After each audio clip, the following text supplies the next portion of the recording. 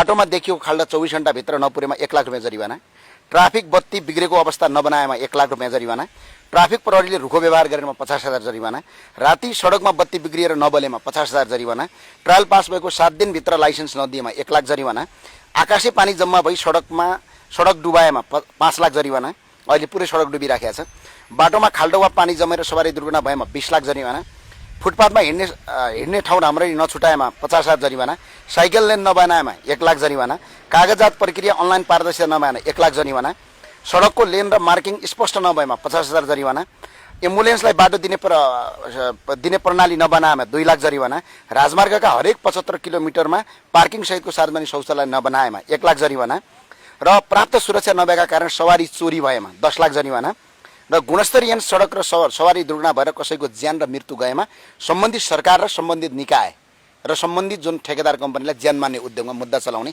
सिफारिस सरकारले यो संशोधनबाट कानुन बनाएर ल्याओस्।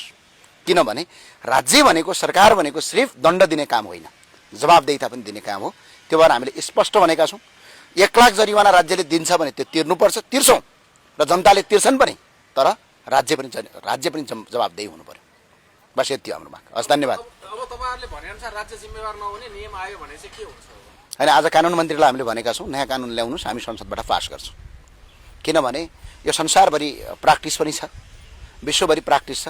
जस्तै युरोपतिर अस्ट्रेलियातिर तपाईँ जानुभयो भने केसम्म देख्नुहुन्छ भने सडक तपाईँको रेलवे स्टेसनमा यदि सफाई गरेको भेटिएन भने, यदि त्यो सफाई नगरेका कारणले कुनै व्यक्तिको त्यहाँ दुर्घटना भयो भने सफाई गर्ने कम्पनीका विरुद्धमा मुद्दा दियो भने पेनाल्टी पाउँछ, पेनाल्टी तिर्नै पर्छ र दुर्घटना भएर घाइते भएको मान्छेले त्यसको खर्च पाउँछ।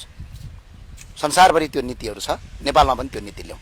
अब त्यस्तो किसिमको कानुन बनाउनु पर्यो। सिर्फ जनतालाई दण्ड दिने मात्र कानुन बनाउनु भएन, राज्य पनि जिम्मेवारी हुने कानुन बनाउनु पर्यो।